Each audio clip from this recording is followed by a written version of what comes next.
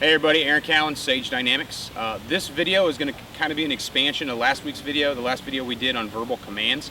What I didn't really want to get into, because I didn't want to make that video too long, is weapon recovery. What do we do if we have someone at gunpoint and they become compliant and they're armed? How do we put them in a position of disadvantage and remove from them the ability to use lethal force against us, at least as far as concerned as a knife, an edged weapon, a bat, or a firearm's concerned. So this video is going to cover some really basic techniques and how you can put yourself in a position of advantage, put them in a position of disadvantage, and disarm them as effectively as possible. Alright, so if I find myself in what I consider to be the least complicated of situations, I have an assailant, he has a knife. Matt Powell from Promex here helping me out with this. The most important thing to remember is make sure they comply with each command before you move on to another one. So if I draw in, I'm like, drop the knife, set it down, put it on the ground. Put your arms all the way up in the air, all the way. Now see, what I'm doing here is I'm not just saying put your hands up, I'm actually having him extend his arms to the full extent that they can go. Why is that important? Well, if he has another weapon on him, it will take him longer to bring his arms down to access that weapon. So it's a more exaggerated movement versus go ahead and just put your hands up. Obviously he's closer to his waistline at that point. Just because he has one knife doesn't mean he doesn't have another one, and because we can never really know until we find out, he may have a gun. It's entirely possible. Highly unlikely. If he's using a knife, chances are he doesn't have a gun, but is it a possibility? Yeah, and I don't want to bet my safety on just assuming he doesn't have something.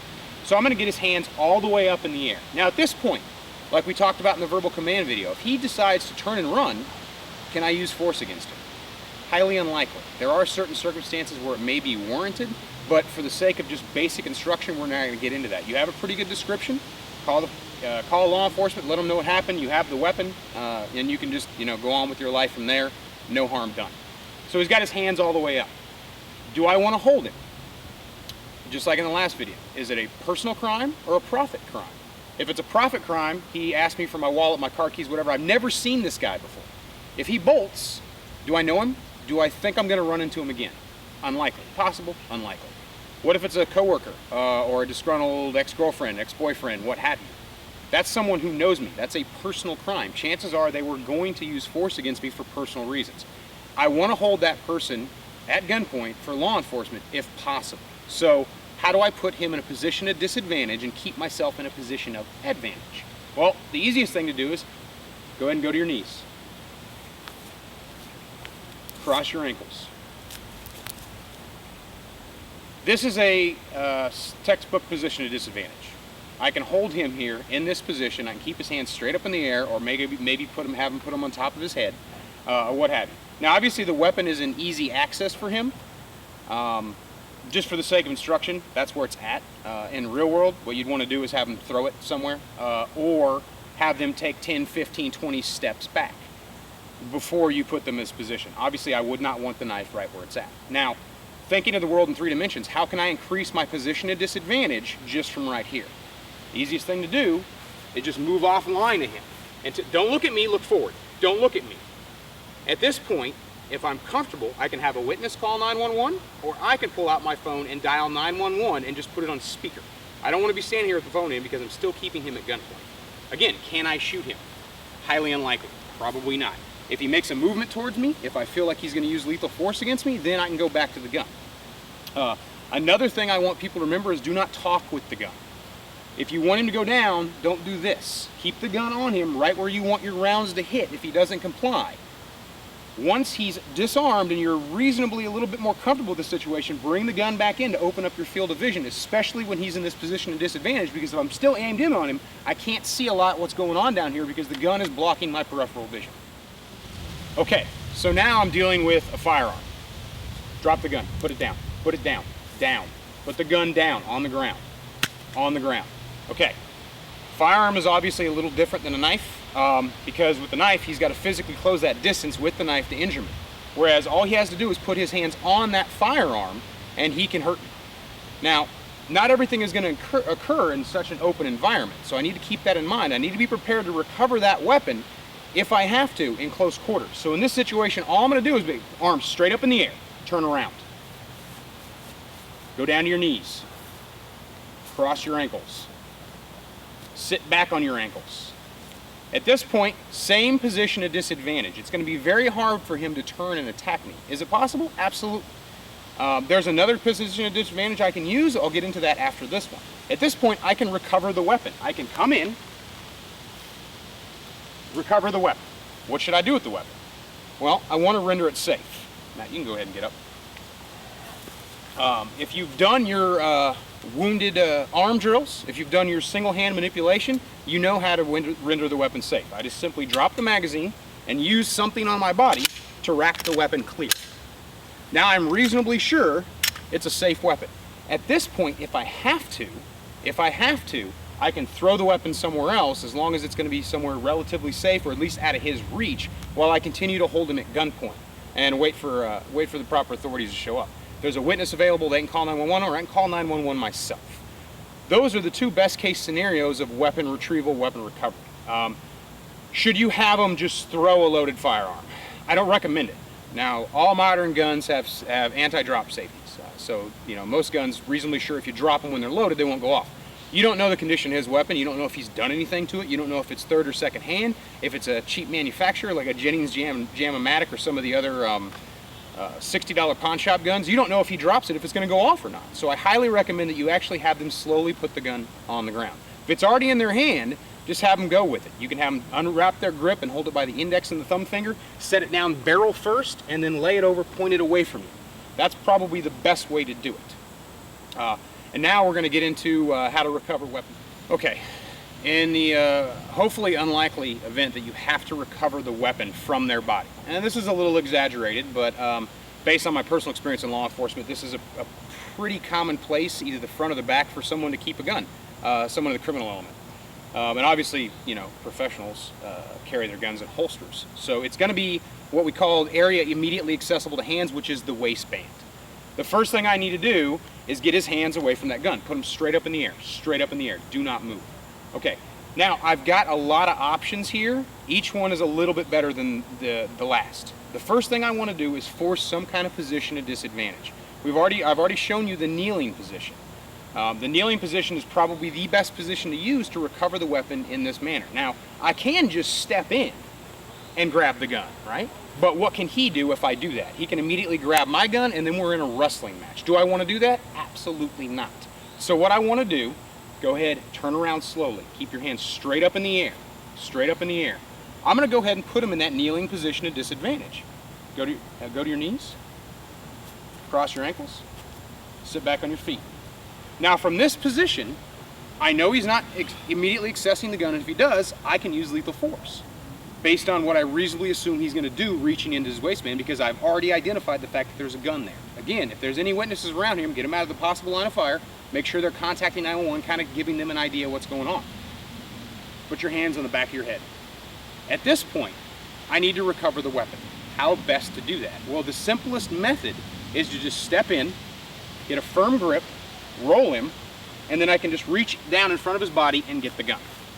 Does that endanger me? Absolutely. Because I'm putting myself in a situation where for a moment I don't have control over him. That's why verbal commands are so important. You can threaten people. You can tell him, if you resist or move, I will shoot you. Because you can reasonably assume any movement he's making is going to be for this gun. If you would, go ahead and put that back in the waistband. What other options do I have? Well, I'm behind him, right? So I got his hands clasped. I can also just come straight over the top and get the gun. Pull it right out of the waistband. We're good to go. Again, not favorable. So a third option, and one I would suggest if you don't get a lot of time to practice this, is go ahead and put yourself, using the 3D world that you have to your advantage, put yourself in a position where you can see the gun with your right hand slowly.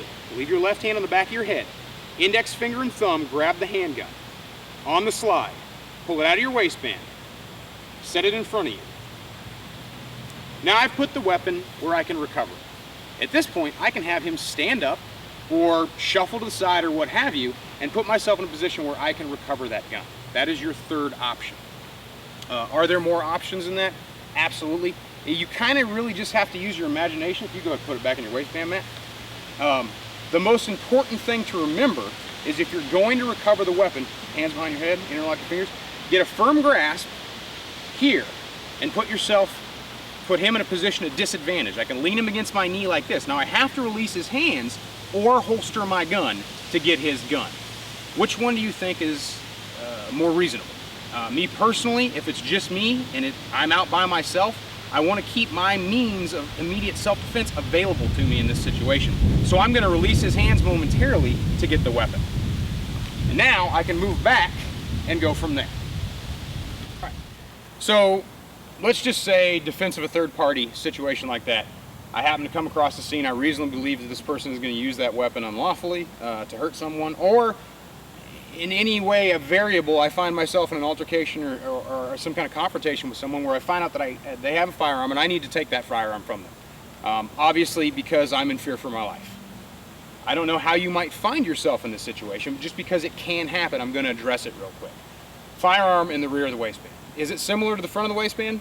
Actually, it's a little bit easier because all I have to do, put your arms straight up. Straight up. Do not look at me. Go down to your knees. Cross your ankles. Sit back on your ankles. Do not move. I will shoot you. At this point, all I really got to do is reach in, grab the gun, make it safe. It's obviously much less stressful than recovering the firearm from the front of the waistband. Now, I didn't really go into edged weapons. I went straight to the gun because the gun to me is the worst case scenario. Edged weapons, it's a lot simpler because with most edged weapons, all you have to do is remove it from their reach and you're reasonably sure it's not going to be that big of a concern. A firearm, a little more of a threat because all they have to do is get their hands back on it to be able to shoot you. Edged weapon, they have to get the edged weapon and be able to physically touch you with it. So I covered firearms because firearms, edged weapons, is going to be the same recovery techniques from the body. There's just more of a safety concern when it comes to recovering the firearm from the body. I can't stress enough that these are kind of worst case scenario techniques. If you want to include them in your practice regimen, by all means do so. Do so as realistically as possible. Attend a weapon retention class, a class that will actually give you some physical hands-on experience with these techniques. I teach them along with Matt Powell from PROMEC in our weapon retention dynamics class. But obviously everybody watching this can't attend that class. I wish you could, but you know, training is expensive, travel is expensive, things like that. I kind of just want to throw this in there, and not necessarily as a disclaimer, just kind of putting things in context. These techniques are used all the time in law enforcement. When I worked uniform as a police officer, and still today when I still serve in law enforcement, I find myself in situations sometimes where I have to recover a weapon from the person of a potentially violent felon or a known violent felon. The advantage that I usually have available to me is I have a cover officer. So when I go in to grab the gun, I have another officer basically issuing threats and commands to that person saying if they resist in any way, force will be used against them. I have the luxury of being able to holster my weapon while I know my partner has him covered, and I can recover the weapon freely, and I don't really have as a great a degree of risk to myself, because if I reach in to grab that gun and he suddenly latches onto my arm or something like that, I know my cover officer is going to take care of him. These are not luxuries that you will necessarily have available to you in the everyday citizen world. That being said, I know that most people who CCW together. I know a lot of my friends, in fact, all of my friends carry where applicable. So if you want to incorporate that into your training, that would definitely be beneficial. Now, I can't speak to the intelligence of a mugger who would take on 3 guys who look like they carry guns, or 3 ladies who look like they carry guns, or a combination thereof. But in the event that that happens, and it has happened before, and it probably will happen again, it might behoove you just in your dry fire training with some SIRT pistols or some blue guns or something like that to practice recovering a weapon while your friend provides cover for that situation. And I think you'll find if you're able to holster your gun and have your hands free when you go in for a weapon recovery, you can maintain positive control on your bad guy in that position of disadvantage, tilt him offside, and then it's very easy to recover that gun, and if he gets squirrely on you, you can just put him on the ground. I'm Aaron Cowan with Sage Dynamics. Train accordingly.